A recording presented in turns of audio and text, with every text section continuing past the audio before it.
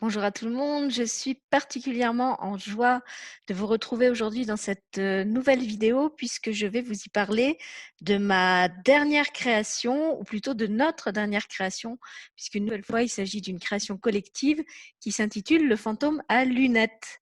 C'est une création à destination des enfants mais je dirais plus largement des familles et de tous ceux qui ont à cœur de répandre dans ce monde l'éducation bienveillante, l'écoute, l'empathie, le respect de l'autre. Bien au-delà d'un livre, c'est aussi un kit éducatif avec des outils qui accompagnent le livre. Ça fait plus de 3 ans qu'on travaillait à plusieurs pays avec des enfants et des adultes à la réalisation de ce coffret, cet ensemble d'outils. Et voilà, nos efforts aboutissent et donc c'est une naissance, un bonheur particulier de vous dire que ça y est, le fantôme à lunettes est disponible sous forme de livre. Mais avant de vous le présenter, puisqu'il a été réalisé à plusieurs, je vais me mettre aux couleurs du fantôme à lunettes grâce à mes co-auteurs. Il faut juste que j'arrive à caler les lunettes avec le casque. Voilà. Alors, le fantôme à lunettes, c'est un livre qui se présente sous cet aspect-là. Donc, il est au format A5, un format que j'ai délibérément choisi à la fois parce que je voulais que le livre puisse être tenu par des enfants avec de petites mains, puisque c'est un livre qui s'adresse à de jeunes lecteurs, pour sa partie histoire en tout cas, des lecteurs de la maternelle éventuellement. Je dirais que le public cible idéal, c'est les 6-7 ans, les lecteurs débutants. Et c'est aussi pour ça que j'ai opté pour le format A5, parce que je voulais que le texte soit écrit en gros avec des lettres faciles à reconnaître pour des enfants qui débutent la lecture. Donc voilà pour la partie histoire. Et puis, à la suite de cette histoire, il y a un deuxième document qui n'était pas prévu et qui s'est rajouté en cours de réalisation, qui est un document réalisé avec des enfants plus grands, des enfants de 10 à 12 ans en France et au Luxembourg. Alors, ça se présente sous forme d'abécédaire. Voilà, je vais essayer de vous montrer des extraits. Donc, avec des mots qui ont été choisis et illustrés par les enfants.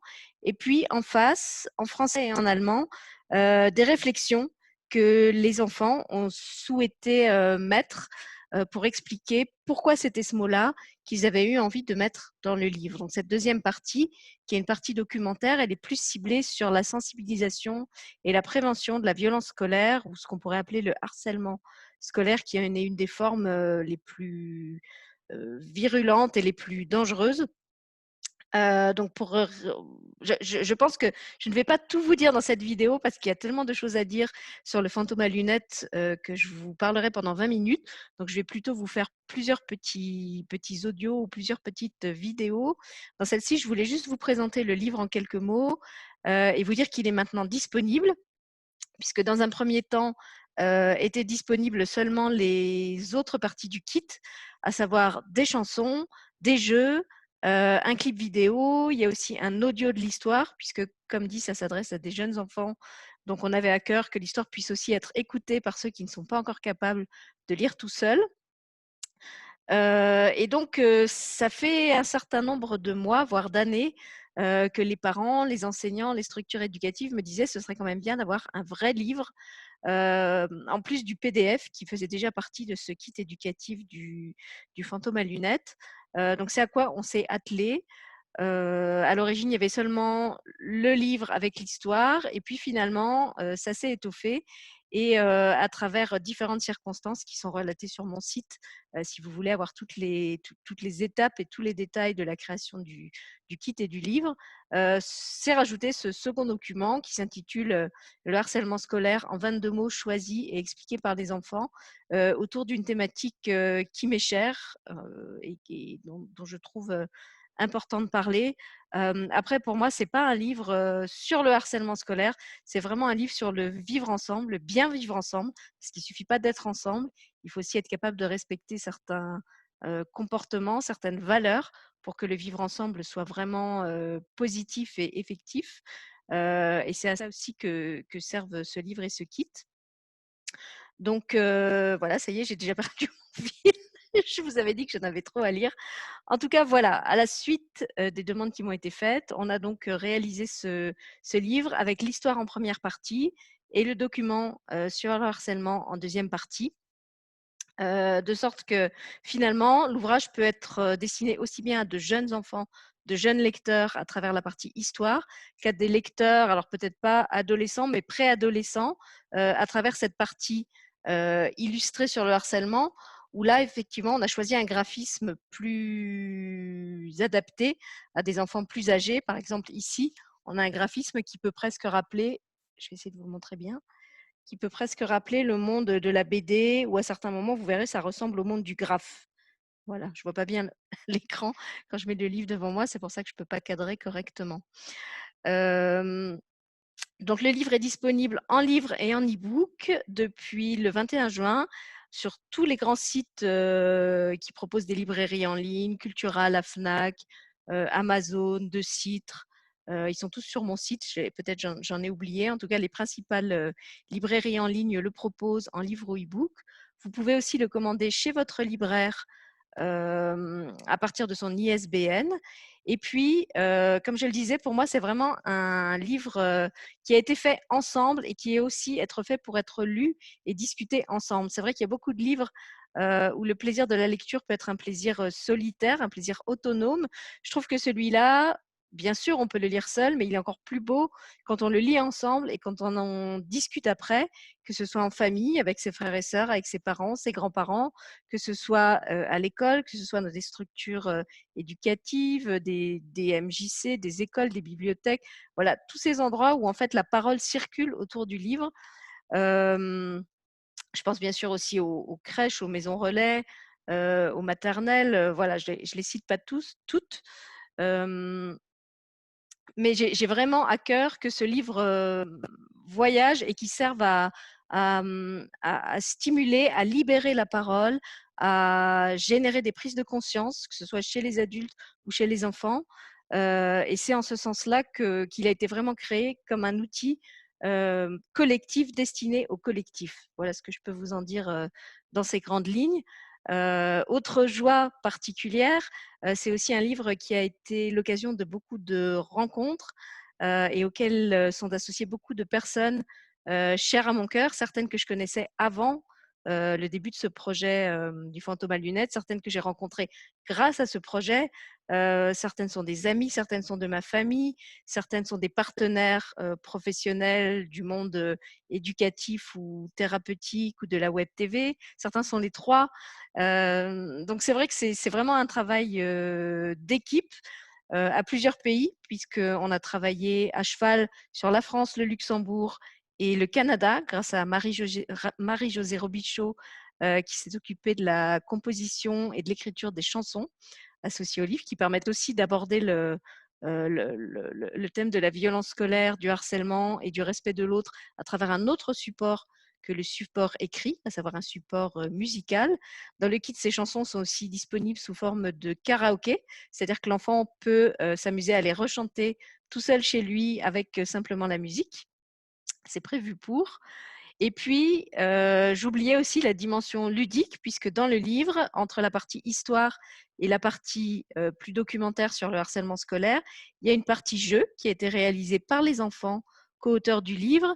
Et puis, il y a également des jeux autres que ceux qui se trouvent dans le livre, qui sont dans le kit. Là aussi, des jeux créés par les enfants, puisque comme je le disais, on a quand même travaillé 3 années de suite, donc avec 3 générations successives d'élèves sur ce kit et sur ces jeux. Donc, on n'a pas pu tout mettre dans le livre et il y en a une partie qui se retrouve dans le kit uniquement. On a aussi eu la chance d'avoir une lycéenne, ça non plus, c'était pas prévu et c'était une nouveauté pour moi. Emma Francisco, qui a tourné le clip du fantôme à lunettes. Emma est aujourd'hui, s'est spécialisée dans la vidéo. Elle en a fait ses études principales à l'université, mais le clip du fantôme à lunettes lui a permis de s'améliorer et de mettre en forme un premier projet. Donc, je suis ravie qu'elle nous ait aidés pour ce projet pour lequel on avait effectivement besoin d'une assistante capable de faire un montage vidéo. Et puis en plus que ce soit une lycéenne, je trouvais que c'était, ça rentrait vraiment dans le profil du projet, qui était l'idée de rassembler tout le monde, et en particulier autour de cette dimension éducative, cette dimension d'information, de sensibilisation et de prévention. Voilà, je ne vais pas vous en dire plus pour aujourd'hui. Je vais remettre mes lunettes, si j'y arrive, pour vous saluer dignement avant de vous laisser. Et je vous retrouve très probablement pour une autre vidéo sur le fantôme à lunettes, peut-être plus consacrée à l'illustration, aux autres outils du kit, je ne sais pas encore. Je vais faire comme ça des petits flashs, des petits points d'information pour vous présenter le kit dans son ensemble. Et puis je regrouperai toutes les vidéos dans une playlist où vous pourrez les visionner toutes ou l'une après l'autre, comme vous le souhaitez. Dernier point que j'allais oublier de mentionner, mais qui est très important. Pour chaque exemplaire du fantôme à lunettes qui est vendu, il y a 1 € qui est reversé à une association que je soutiens et qui, pour ma plus grande joie, a accepté aussi d'apporter son soutien à ce projet. C'est l'ACVS 49, sur laquelle on a déjà fait plusieurs émissions sur Elle et lui TV, une association qui est très activement engagée là aussi dans la prévention et l'information au sujet du harcèlement en France, en particulier dans le département 49. Mais aussi au-delà. Et puis, voilà, c'est un peu une cerise sur le gâteau d'avoir cette validation de la CVS au projet du fantôme à lunettes, parce qu'en plus, la CVS a cette particularité de faire une très large part aux jeunes dans son bureau directeur d'abord en tant qu'association, et puis dans ses projets, dans la façon dont ils communiquent, dont ils mettent en œuvre les informations. Je pense qu'effectivement, personne mieux que d'autres jeunes, et en particulier des jeunes qui ont été harceleurs ou victimes de harcèlement, ne peut mieux faire passer le message envers la jeune génération que ceux qui sont en fait leurs grands frères et grandes sœurs. C'est vrai qu'en tant qu'adulte ou enseignant, c'est plus difficile parce que notre parole ne bénéficie pas forcément du même crédit de la part des jeunes.